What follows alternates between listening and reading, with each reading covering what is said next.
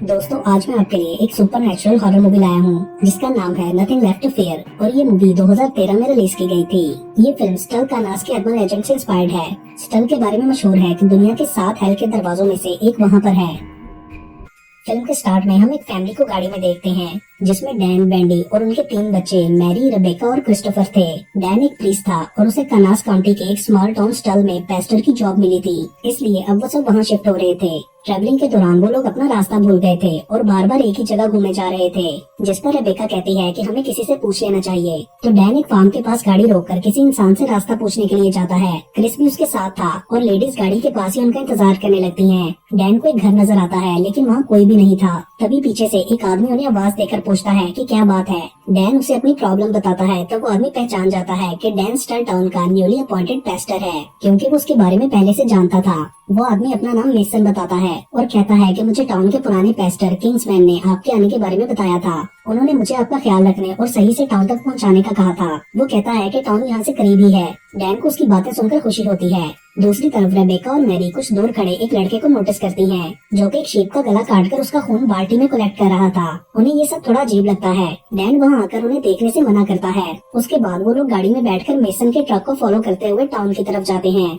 अपने नए घर पहुंचकर वो लोग देखते हैं कि पेस्टर किंग्समैन और चर्च के लोग उनका सामान उठाकर घर के अंदर रख रहे हैं, जो कि पहले ही वहां पहुंच गया था। डैन और उसकी फैमिली किंग्समैन की हॉस्पिटैलिटी और फ्रेंडली नेचर देखकर बहुत खुश होते हैं। घर के अंदर जाकर उन्हें और भी ज्यादा खुशी होती है क्योंकि घर काफी बड़ा और खूबसूरत था। बच्चे अपने अपने रूम सिलेक्ट करने में लग जाते हैं। रेबेका एक रूम की खिड़की से नीचे एक आदमी को नोटिस करती है जो कि अजीब नजरों से उसे घूर रहा था। उधर किंग्समैन डैन और वेंडी को कुछ गिफ्ट देता है, जिसमें एक केक भी था जो कि चर्च के किसी मेंबर ने बनाया था, और वो डैन से कहता है कि कल चर्च आकर अपनी जॉब संभाल लेना। रात को डैन अपनी फर्स्ट स्पीच प्रिपेयर करता है तो वेंडी उसके पास जाकर बताती है कि हम सब यहाँ आकर बहुत खुश हैं, तुम्हारा डिसीजन अच्छा था। उसके बाद वो बच्चों के पास जाकर उन्हें कहते हैं कि हमें यहाँ लॉर्ड ने बुलाया है और फिर सब मिलकर प्रे करते हैं। यहाँ हम लोग देखते हैं कि घर के बाहर से 2 लोग उन पर नजर रख रहे थे। अगले सीन में तूफान की आवाज से रेबेका की आंख खुलती है और वो खिड़की से बाहर देखने जाती है, जहाँ उसे टाउन के सब लोग नीचे खड़े नजर आते हैं, जो कि अचानक गायब हो जाते हैं। ये देखकर वो काफी डर जाती है। फिर पीछे मुड़ने पर उसे एक लेडी नजर आती है जिसका फेस ब्लैक हो रहा था और वो रेबेका के बाजू जोर से पकड़ लेती है। उसकी अपनी दोनों रिस्ट पर कट्स लगे थे जिनसे खून निकल रहा था। वो लेडी अपना मुंह खोलती है जिसमें से काला धुआं सा निकलकर रेबेका की तरफ बढ़ने लगता है। रेबेका इस सबसे डरकर चीखने लगती है और तभी उसकी आंख खुल जाती है। मतलब ये सिर्फ उसका नाइटमेयर था। अगले दिन वो सब चर्च जाते हैं जहाँ पेस्टर किंग्समैन अपनी फेयरवेल स्पीच देते हैं। रेबेका वहाँ उसी शीप वाले लड़के को देखती है जो उठकर चर्च से बाहर चला जाता है। स्पीच के बाद पेस्टर सब लोगों से डैन और उसकी फैमिली का इंट्रोडक्शन करवाता है और फिर डैन अपनी स्पीच देता है। उसके बाद सब बाहर आ जाते हैं और रेबेका उसी शीप वाले लड़के के पास जाती है क्योंकि वो उससे अट्रैक्ट हो रही थी। दोनों एक दूसरे से बात करते हैं और फिर वो लड़का ये कहकर चला जाता है कि नेक्स्ट टाइम मैं तुम्हें पूरे टाउन का विजिट करवाऊंगा। उसके बाद सब घर आ जाते हैं और मैरी भूख की वजह से किचन में रखा हुआ केक खाने लगती है, मगर केक को खाते वक्त वो चौक करती है और फिर खांसी करने पर खून के साथ उसके गले से एक दांत निकलता है जो कि शायद केक में था। वो दांत काफी बड़ा था, किसी जानवर का लग रहा था और उस पर कुछ साइंस भी बने थे। मैरी और रेबेका ये देखकर काफी हैरान होती हैं और तभी उनके घर वही लड़का आता है जिसका नाम नोआ था। रेबेका उसे केक वाली बात बताती है जिस पर वो कहता है कि ये केक मिसेस गॉर्डन ने बनाया है जिनकी एज 95 इयर्स है और इसी वजह से उनसे शायद गलती से ऐसा हो गया होगा। फिर नोआ बाकी केक ट्रैश में फेंक कर वो दांत चुपके से अपनी पॉकेट में रख लेता है और बोलता है कि इस दांत के मिलने का मतलब है कि आप लोग लकी हो। उन्हें उसकी बातें कुछ अजीब लगती हैं। उसके बाद नोआ रेबेका को टाउन घुमाने लेकर जाता है जहाँ लोग उन्हें साथ देकर अजीब नजरों से घूर रहे थे, जिसका नोआ को एहसास हो जाता है और वो रेबेका से कहता है कि काफी देर हो गई है, अब तुम्हें घर जाना चाहिए। तभी मेसन भी वहाँ आकर नोआ से कहता है कि पेस्टर किंग्समैन तुम्हें बुला रहे हैं। ये सुनकर रेबेका उससे पूछती है कि क्या तुम पेस्टर के साथ रहते हो, जिस पर नोआ उसे बाद में बताने का कहकर मेसन के साथ वहाँ से चला जाता है। घर जाकर वो अपनी फैमिली फोटो को देख रहा था जिससे हमें पता चलता है कि उसकी फैमिली उससे दूर है और फिर किंग्समैन के आने पर नोआ जल्दी से उस फोटो को छुपा देता है। किंग्समैन नोआ से पूछता है कि इस बार किसे चुना गया है, लेकिन वो काफी डिस्टर्ब लग रहा था इसलिए जवाब नहीं देता। तो पेस्टर कहता है कि तुम इस वक्त शायद डरे हुए हो, लेकिन तुम ये कर सकते हो क्योंकि तुम्हें इसके लिए तैयार किया गया है। वो उसे समझाते हुए ये कहता है कि इसमें कोई मिस्टेक नहीं होनी चाहिए क्योंकि इसी में लॉर्ड की मर्जी है। इस काम को करने के लिए वो तुम्हें ताकत देगा।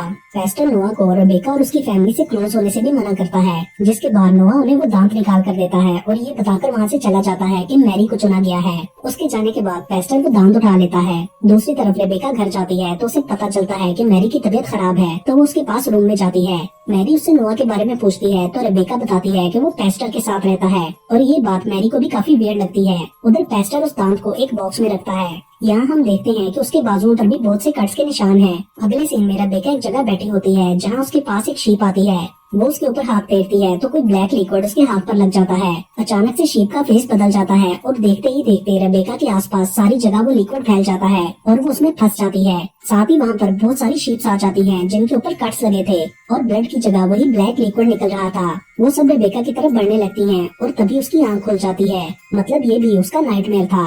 रूम में मैरी तैयार हो रही होती है क्योंकि आज उसकी तबीयत ठीक थी और वो टाउन में घूमना चाहती थी। तो उसके बाद वो तीनों बच्चे डैन के साथ घर से बाहर जाते हैं जहाँ सब लोग समर फेस्टिवल की तैयारी कर रहे थे। मैरी को वहाँ एक लड़का अच्छा लगता है और वो उससे बात करने की कोशिश करती है, लेकिन वो लड़का बिल्कुल भी बात नहीं करता। रेबेका नोटिस करती है कि उसकी रिस्ट पर भी कट का निशान है। तभी उसे नोआ दिखाई देता है और वो उसके पास चली जाती है। नोआ उसे जंगल में अपनी फेवरेट जगह पर लेकर जाता है जो कि एक लुकआउट टावर था जहाँ से पूरे टाउन का व्यू दिखता था। ऊपर टॉप पर जाकर वो दोनों व्यू एंजॉय करते हैं। रेबेका को वहाँ आकर काफी अच्छा लगता है। अचानक से वो नोआ के रिस्ट पर भी कट के निशान देखती है जिसे नोआ छुपाने की कोशिश करता है। फिर रेबेका के पूछने पर वो बताता है कि पेस्टर किंग्समैन मेरे डैड नहीं है, मैंने अपनी फैमिली को खो दिया था, इसलिए पेस्टर ने मुझे अपने साथ रख लिया। रेबेका कहती है कि मुझे लगता है उन्हें हमारा मिलना पसंद नहीं, क्योंकि कल मेसन ने बहुत वियर्ड तरीके से तुम्हें बुला लिया था और आज भी हम उनसे चुप रहे हैं। जिस पर नोआ कहता है कि ऐसी बात नहीं है और फिर वो दोनों एक दूसरे के क्लोज आते हैं। तभी रेबेका नोटिस करती है कि टावर के नीचे से कोई बंदा उन्हें देख रहा है। नोआ ये सुनकर घबरा जाता है और रेबेका से कहता है कि हमें यहाँ से चलना चाहिए। और घर पहुँचने पर किंग्समैन उस पर काफी गुस्सा करता है कि तुम रेबेका से इन्वॉल्व क्यों हो रहे हो, तुम हमें धोखा देने की कोशिश कर रहे हो। तो नोआ फ्रस्ट्रेट होकर पूछता है कि क्या हम इस सबको रोक नहीं सकते। जिस पर किंग्समैन कहता है कि ये सब गॉड की मर्जी है और हम सब उसके सर्वेंट्स हैं, हमें सिर्फ अपना काम करना होगा, इसलिए तुम भी अपने हिस्से का काम करो, तुम्हारे पास और कोई रास्ता नहीं है। रात को रेबेका और उसकी फैमिली समर फेस्टिवल में जाते हैं और बाकी सब लोगों के साथ एंजॉय करते हैं। मैरी और रेबेका नोआ से मिलती हैं और हम किंग्समैन को उसी औरत से बात करता हुआ देखते हैं जो रेबेका के नाइटमेयर में आई थी। वो उसे कुछ समझाकर भेजता है और फिर नोआ को इशारा करता है, जिसके बाद नोआ रेबेका और मैरी को उसी औरत के पास लेकर जाता है जो कि एक स्टॉल पर ड्रिंक सर्व कर रही थी। रेबेका उस औरत को देखकर पहचान जाती है क्योंकि उसकी रिस्ट पर भी वैसे ही कट मार्क थे। वो लेडी मैरी के जूस में कुछ मिला देती है। रेबेका अभी तक उसे देखकर शॉक में थी। उसके बाद मैरी की तबीयत अचानक से खराब हो जाती है, मगर वो रेबेका से कहती है कि तुम और नोआ एंजॉय करो, मैं अकेली घर चली जाऊंगी। लेकिन घर की तरफ जाते हुए उसे चक्कर आने लगते हैं और वो रास्ते में ही बेहोश होकर गिरने लगती है। तभी मेसन अचानक से वहाँ आकर उसे उठाकर ले जाता है। जब उसे होश आता है तो वो खुद को एक घड़े में पोल के साथ बंधा हुआ पाती है। उस घड़े में ब्लैक लिक्विड भरा हुआ था और साइड पर चर्च के लोग खड़े थे जिनमें किंग्समैन और मेसन भी था। मतलब वहाँ कोई रिचुअल चल रहा था। मैरी उनसे कहती है कि प्लीज मुझे जाने दो, मगर कोई उसकी बात नहीं सुनता। तभी किंग्समैन उस दांत को एक रिंग के साथ फिंगर में पहनकर अपनी रिस्ट पर कट लगाता है और ब्लड घड़े में गिराता है। ब्लड उस लिक्विड से मिल जाता है और फिर वो कहता है कि मेरे ब्लड से गेट ओपन हो गया है। उसके बाद वो प्रे करते हुए कहता है कि आगे बढ़ो और अपनी ऑफरिंग ले लो। यानी उन्होंने किसी रिचुअल के थ्रू डेविल को मैरी की ऑफरिंग दी थी।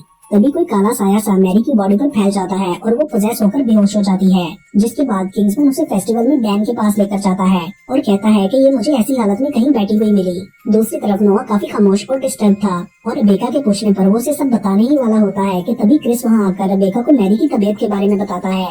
तो वो फौरन उसके पास चली जाती है। घर पहुंचकर वो लोग मैरी को उसके रूम में सुला देते हैं और किंग्समैन का डैन के लिए फोन आता है। वो डैन को किसी जरूरी काम के लिए चर्च बुलाता है। वेंडी उसे इस टाइम जाने से मना करती है, लेकिन डैन उसकी बात नहीं सुनता और चला जाता है। चर्च पहुंचकर वो देखता है कि किंग्समैन प्रे कर रहा है। डैन के पूछने पर वो कहता है कि मैं तुम्हें वहाँ से दूर कर रहा था क्योंकि उसमें अभी टाइम लगेगा। डैन को उसकी बातों की कुछ समझ नहीं आती। वो ये भी कहता है कि तुम सिर्फ लॉर्ड की मर्जी को पूरा कर रहे हो और तुम एक अच्छे इंसान हो, तुम लोगों के साथ ये सब नहीं होना चाहिए था। I am so sorry. और फिर वो क्लोरोफॉर्म सुंघाकर डैन को बेहोश कर देता है। उसके बाद वो खून से अपने घर के दरवाजे पर क्रॉस का निशान बनाता है। ये वही खून था जिसे नोआ ने शीप को मारकर कलेक्ट किया था। बाकी सब लोग भी ऐसा ही कर रहे होते हैं। दूसरी तरफ रेबेका मैरी को देखने के लिए उसके रूम में जाती है। वहाँ मैरी अजीब सी हालत में बेड पर बैठी होती है और फिर अचानक से नीचे गिरकर तड़पने लगती है। रेबेका उसे सीधा करके देखती है कि मैरी की आइज और मुंह भी उसी तरह ब्लैक हो गया है जैसा उसने नाइटमेयर में लेडी का देखा था।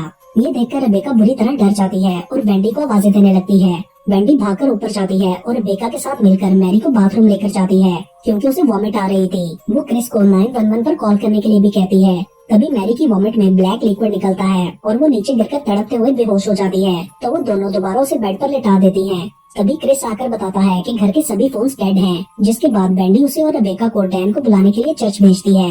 यहाँ हम मैरी की आंखें खुलती देखते हैं उधर वो लोग बाहर निकल कर देखते हैं कि सब घरों के दरवाजे पर क्रॉस बना है और फिर चर्च पहुंचने पर उन्हें वहाँ का दरवाजा बंद मिलता है।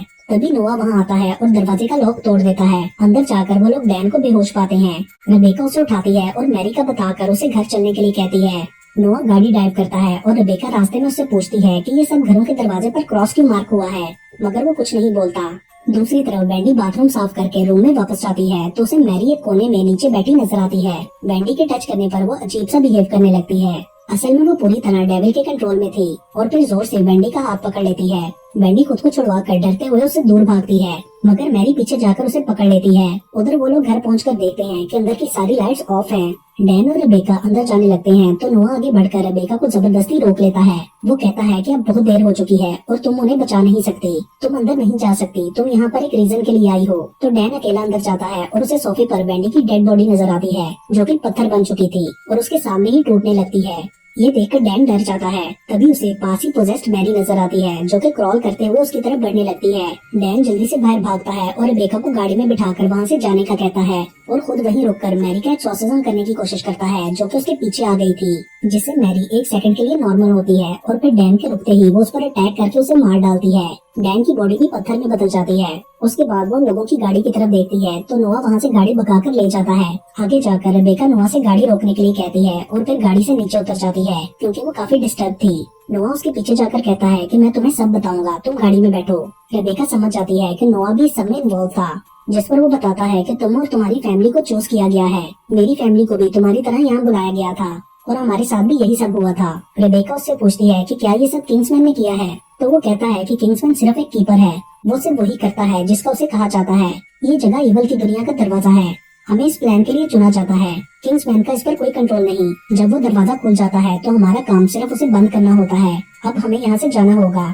उधर क्रिस मैरी को उसी तरफ आता हुआ देखता है तो वो गाड़ी से उतरकर सामने घर से हेल्प लेने के लिए चला जाता है। नोआ भी मैरी को आता हुआ देखकर रेबेका को जबरदस्ती गाड़ी में बिठाकर वहाँ से ले जाता है। क्रिस बार बार सब घरों के दरवाजे नॉक करता है मगर कोई नहीं खोलता, जिसके बाद वो एक घर की डॉग एंट्रेंस से अंदर जाने की कोशिश करता है। मैरी पीछे से उसकी टांग पकड़ लेती है लेकिन वो किसी तरह अंदर पहुँच जाता है। उसकी टांग बुरी तरह जख्मी हो चुकी थी। उधर नोआ गाड़ी वापस घुमाकर वहीं ले आता है और वो देखते हैं कि मैरी एक घर के बाहर खड़ी है। वो समझ जाते हैं कि क्रिस अंदर है, मगर तभी उस घर की फैमिली क्रिस को बाहर निकाल देती है और मैरी उसके पीछे जाती है। नोआ मैरी को गाड़ी से टक्कर मारकर गिरा देता है और तभी दूसरी तरफ किंग्समैन के मुंह से वही ब्लैक लिक्विड निकलता है। रेबेका जल्दी से क्रिस को गाड़ी में बिठा देती है और वो लोग वहाँ से भाग जाते हैं। आगे जाकर नोआ एक मेडिकल स्टोर से बैंडेज लेने के लिए जाता है और रेबेका से कहता है कि अगर मैरी आ गई तो तुम गाड़ी लेकर चली जाना। तभी अचानक से मैरी वहाँ आ जाती है और उनकी गाड़ी खुद ही बंद हो जाती है। पीछे से नोआ आकर रेबेका को गाड़ी से निकालकर पकड़ लेता है और मैरी क्रिस को भी मार देती है। ये देखकर रेबेका बहुत दुखी होती है और वो लोग वहाँ से भागने लगते हैं।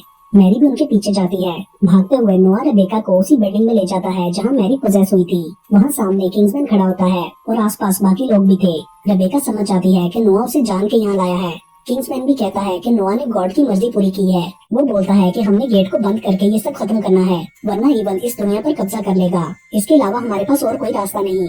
तभी मैरी भी वहाँ पहुँच जाती है और हर तरफ डार्कनेस फैलने लगती है। मैरी का फेस भी काफी भयानक हो चुका था। नोआ रेबेका की रिस्ट को काट कर उसका ब्लड उसी गड्ढे में गिराता है। ब्लड के पानी के साथ मिलते ही मैरी तड़पने लगती है। रेबेका बेहोश हो जाती है और मैरी के अंदर से ईवल निकलकर गड्ढे में चला जाता है। उसके बाद सब लोग आकर रेबेका को टच करते हैं और फिर उसके अंदर से एक ब्राइट लाइट निकलकर फैल जाती है। यहाँ सीन शिफ्ट होता है और हम एक न्यू फैमिली को उस टाउन में आता हुआ देखते हैं। वो लोग भी उसी फार्म में रुककर रास्ता पूछते हैं और रेबेका वहाँ उसी तरह शीप्स को काटकर ब्लड कलेक्ट कर रही थी जैसा पहले नोआ ने किया था। यानी नोआ वाली ड्यूटी अब रेबेका को मिली थी। उस फैमिली का एक लड़का रेबेका को ये सब करते देखता है। एक्चुअली स्टोरी के अकॉर्डिंग वो टाउन कर्स था और उन्हें उसके लिए एक फैमिली का सेक्रीफाइस देना होता था। फैमिली के एक मेंबर को एंड तक सेफ रखा जाता था ताकि डीमन को वापस भेजा जा सके। और इसके साथ ही ये मूवी यहीं पर खत्म हो जाती है।